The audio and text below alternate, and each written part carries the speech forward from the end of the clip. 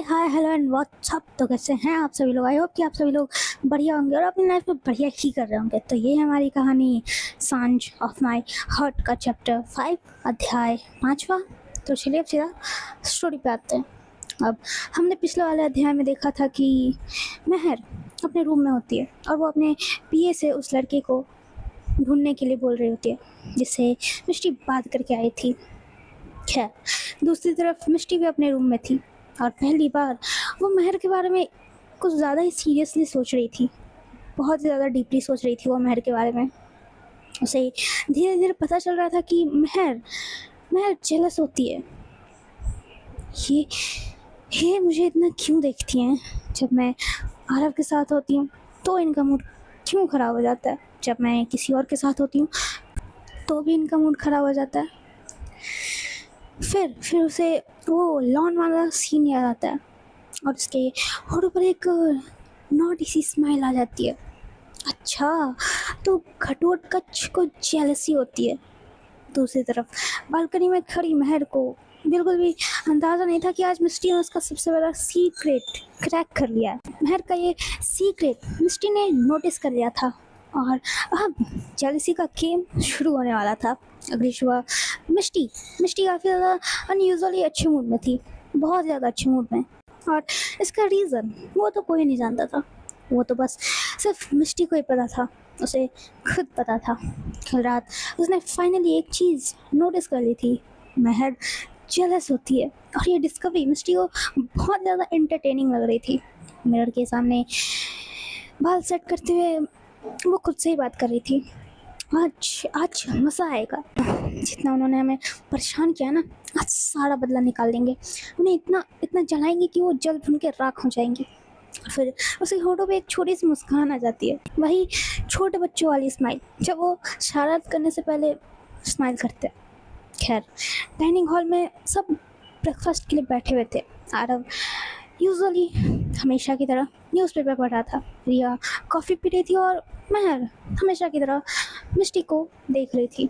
ये तो अब ऑलमोस्ट महर का डेली रूटीन बन चुका था।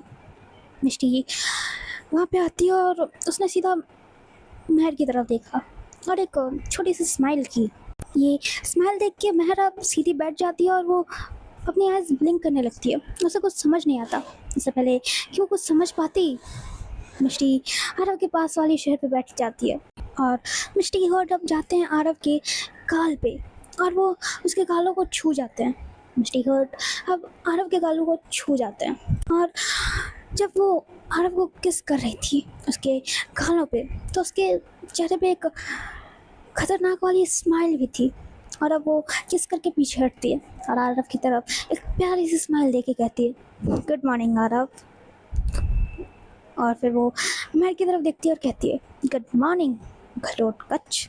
वहाँ पे सभी बैठे हुए थे और किसी को भी कुछ समझ में नहीं आ रहा था कि मिष्टी के दिमाग में चल क्या रहा है और इसने ये क्या किया अभी। और रिया की कॉफ़ी तो ये देख के उसके गले में अटक जाती है।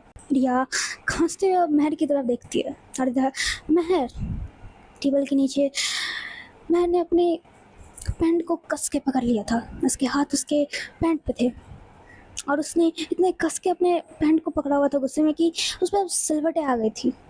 लेकिन वो अपने चेहरे पे ये सब नहीं दिखाती और शांति से मिष्टी के गुड मॉर्निंग का जवाब देती है, गुड मॉर्निंग बेबी गर्ल। आज आप थोड़ी टायर्ड लग रही है महर। नहीं, मैं ठीक हूँ। नहीं, may be not may be, आप शायद किसी से जेलस लग रही हैं।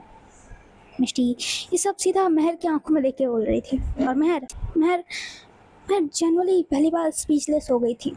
वो कुछ बोल ही नहीं पाती मिष्टी के सामने। और अब मिष्टी का राउंड 2 स्टार्ट होता है जेलस करने का। वो अब आरव के करीब जाती है और कहती है, आरव जल्दी से ब्रेकफास्ट खत्म करिए और हमारे साथ गार्डन में चलिए, हमें वॉक करना है आपके साथ। बहुत दिन हो गए, हमने अपना पर्सनल टाइम कभी बिताया नहीं इस बीच में, हमें हमारा पर्सनल टाइम चाहिए। इतना कि मिष्टी फिर से अब महर की आंखों में देखने लगती है। फिर से उसने महर की आंखों में देखना शुरू कर दिया था। चला आरव, उसे तो कुछ समझ ही नहीं आ रहा था कि आज मिष्टी को हुआ क्या है। और इधर ठीक इनके सामने बैठी हुई महर ये सब सुन के उसका खून जल रहा था। और मिष्टी ये सब समझ रही थी, जान रही थी, पर ये सब वो जानबूझ के कर रही थी। मिष्टी अब महर को दिखाने के लिए अपना प्लेट लेती है, उसमें एक रोटी रखती है, एक कटोरी में सब्जी निकालती है। वो वो अब रोटी से एक टुकड़ा लेती है, उसमें सब्जी लगाती है और आरव के मुंह के पास ले जाती है। खाइए आरव। आरव वो बाइट लेता है और बेचारा खुद इतना शौक में था कि वो एक बार मिष्टी को देखता तो दूसरी बार महर को। ऐसे ही अब मिष्टी आरव को खिलाने लगती है और खिलाते खिलाते अब हल्की सी सब्जी आरव के होठों के कॉर्नर में लग जाती है। और अब क्या होने वाला था ये तो तुम लोगों को बहुत अच्छे से पता है। एक सेकेंड आरव, जरा रुके। क्या हुआ मिष्टी? एक सेकेंड रुके तो। ये कहते हुए मिष्टी अब अपने उंगलियों से उस लगे हुए सब्जी को साफ करके अपने होठों तक ले जाती है खाने के लिए। तभी एक हाथ जोर से टेबल पे पड़ता है, इतने जोर से कि सब वहाँ पे डर जाते हैं। मिष्टी अपनी उंगलियों को अपने मुंह में रखते इससे पहले ही वो रुक जाती है और वो अब महर की तरफ देखती है। सब अब महर की तरफ देखने लगते हैं और अब घबरा कर महर की तरफ देखता है और कहता है, क्या हुआ महर? लेकिन महर कुछ नहीं कहती। महर के सबर की अब इंतहा हो चुकी थी। वो एक झटके से वहाँ से उठती है और अपने रूम में जाने लगती है। महर महर महर महर सुन, क्या हुआ तुझे? और अब बस महर को पीछे से आवाज़ देने लगता है, पर महर तेजी से अपने रूम की तरफ जाने लगती है। और इधर मिष्टी के होठों के साइड पे एक कातिलाना मुस्कान आ गई थी, जैसे वो अपने काम में कामयाब हो चुकी है, जैसे उसने वो चीज़ हासिल कर ली और जो उसे चाहिए थी, महर की जेलसी। खैर अच्छा सुनो, हमें कुछ बताना था। हम कहाँ थे इतने दिनों से? तो गाइज हमें थोड़े से क्या डेज आ गए थे भाई, थोड़े से क्या तो डेज आ गए थे, तो वो कल ही ख़त्म हुए थे। एंड हमने आप लोगों से कहा था कि कल वीडियो आएगी, तो हमने कहा था कि कल वीडियो आएगी। तो कल हम जैसे ही रिकॉर्ड करने बैठे, हमें नाग देवता के दर्शन हो गए अपने घर में। मतलब पता नहीं वो कहाँ से आ गए। मतलब ज़िंदगी में दोस्त बन के वो आए, फिर प्यार बन के आए, फिर फैमिली बन के आए। तो अब वो हमें दर्शन भी देने आ गए कि बेटा दूर रहो दुनियादारी से, लोगों से दूर रहो, वरना इस बार तो हम तुम्हें डस ही लेंगे। इतना कह के वो अब चलेगा अपने रास्ते। तो वो हमें दिख गए कल।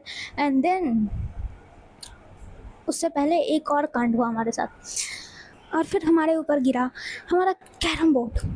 हाँ, कैरम बोर्ड गिर गया हमारे ऊपर, हमारा हाथ छिल गया और हमारे थोड़ा सा चोट भी लग गई थी।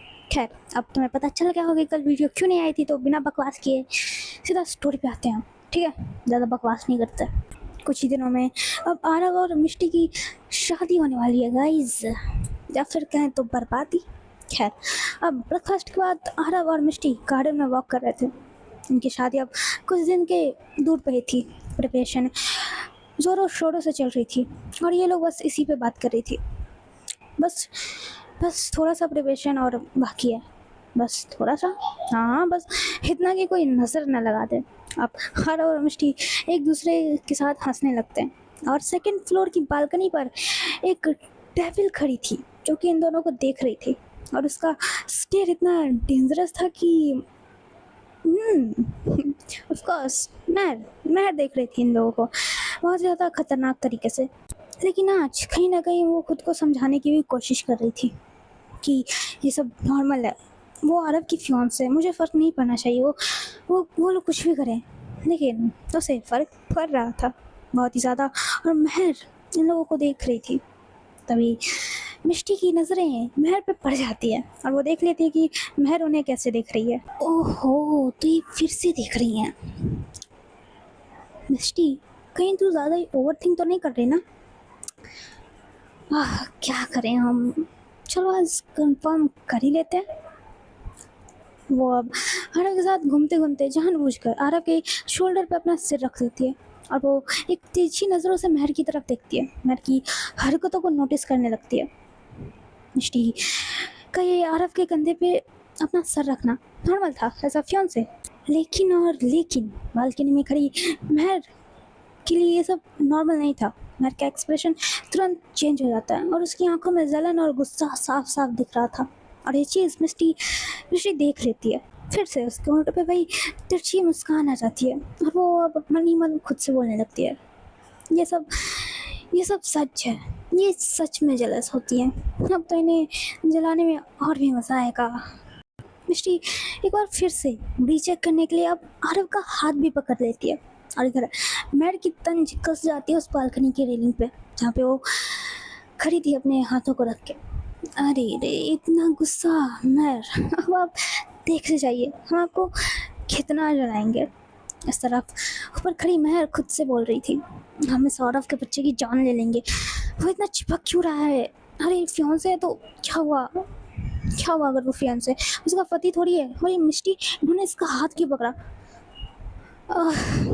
हमारा हमारा दिमाग खराब हो रहा है। हम चले जाते हैं यहाँ से, अगर हम इन लोगों को देखेंगे तो हमसे बर्दाश्त नहीं होगा ये सब। हम चले जाते हैं यहाँ से।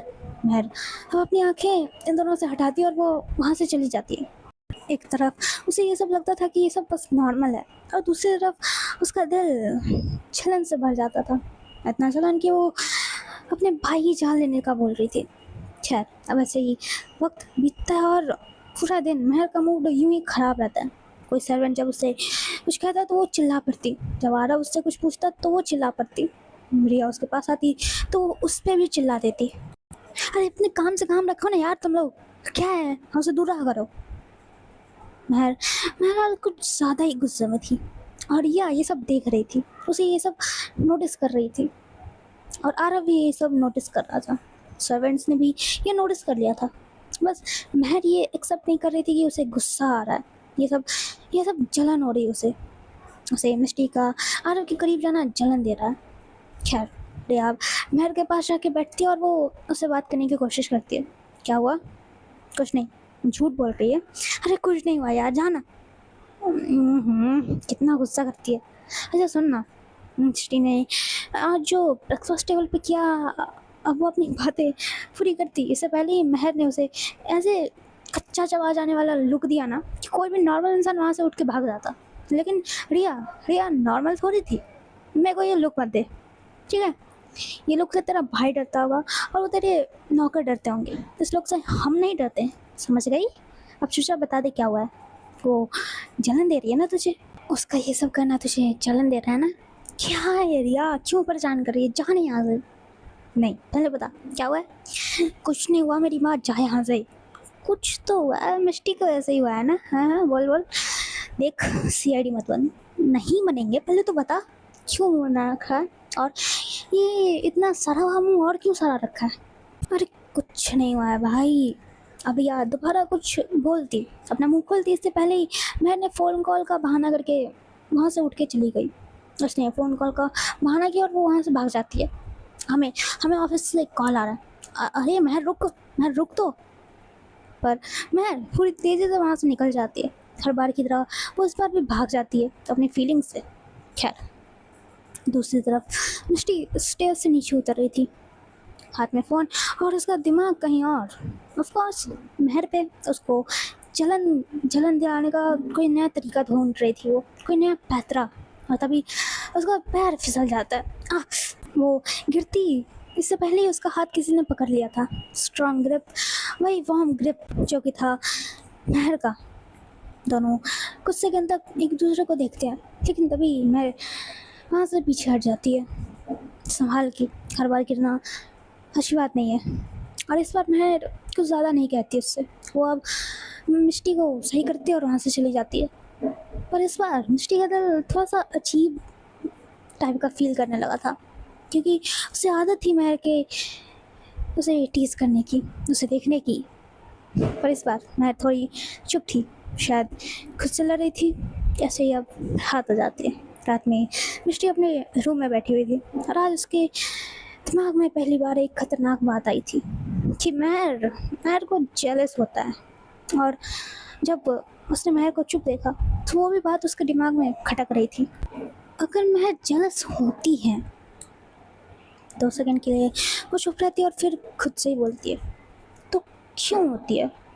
वो अब ऊपर की तरफ देखने लगती है और धीरे धीरे उसकी स्माइल गायब हो जाती है, क्योंकि अब ये मजाक वाला टॉपिक नहीं लग रहा था, ये टॉपिक अब सीरियस होने लगा था।